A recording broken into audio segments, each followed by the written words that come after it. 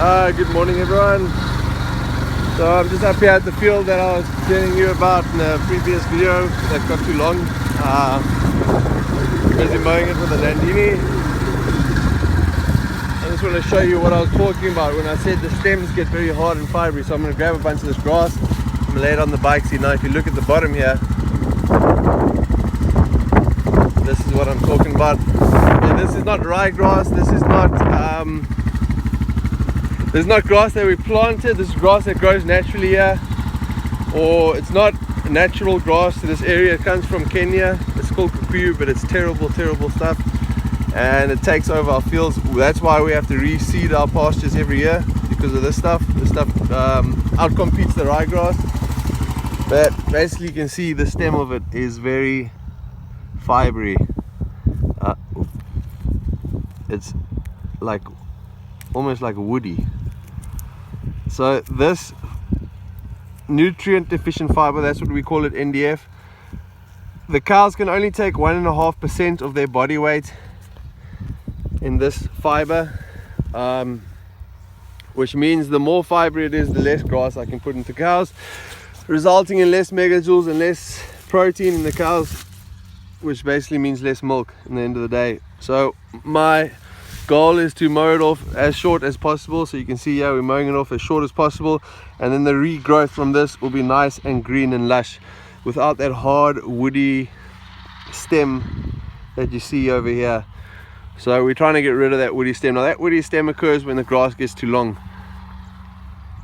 Ryegrass is a lot better. You know, it doesn't take as much to get that hard woody stem. Like here's some ryegrass over here.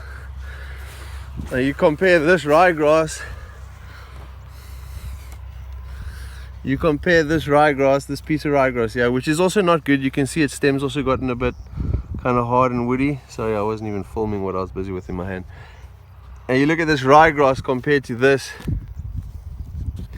and you look at the difference in that stem, and you can see the fiber that you don't want. And even this ryegrass is not looking good. We want this to have more leaf, less stem. You see, and this is not what we're looking for. So this is the main problem for us, is this Kikuyu grass. It grows like nothing else. I mean, you can see it here. This is it. This is the majority of it. Is this, despite the fact that I sprayed this field out 2 years ago with Roundup and planted clean ryegrass and chicory and clover and lucerne in. Now this field doesn't have much of it left. You can see it kind of going to seed, the chicory, but this chicory is very good in quality. This has got the NDF, or nutrient deficient fiber, percentage of only about 35%, whereas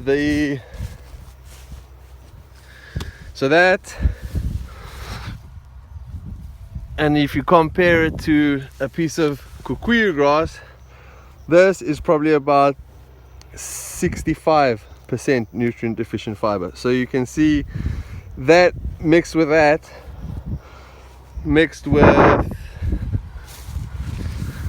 let's see here, mixed with clover. Oh no, my grass blew away. But clover, the wind's not helping.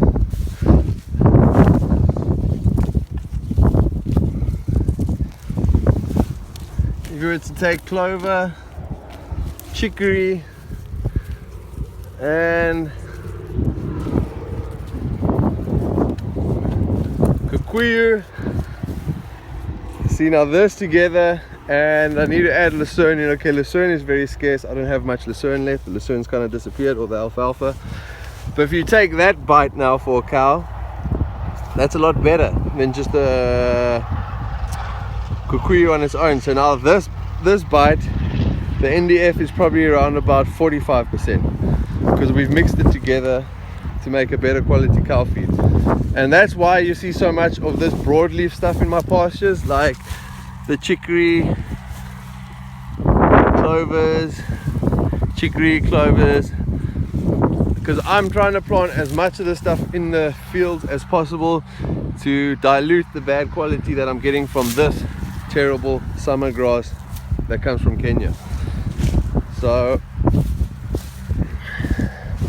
that's basically it. But basically this pasture got too long, so if I take all this grass and you flip it over, you see the shit that it looks like.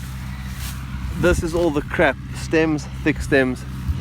That's why I didn't graze it. So if I was to put cows in this pasture, they would basically, okay, yeah, you can see this grass has been nicely mowed off, and you can see it quite nicely. So if the cows would probably eat it down to about there, and this stems, they wouldn't eat that, they'd leave that, and it would be a very messy pasture. We'd have to bring the mulcher up to come mow this last bit off, and that's the only way we'd get that shit off and get a clean regrowth right from the ground. So instead of doing that, I'm just going to put it to silage. That way we get dry cow feed.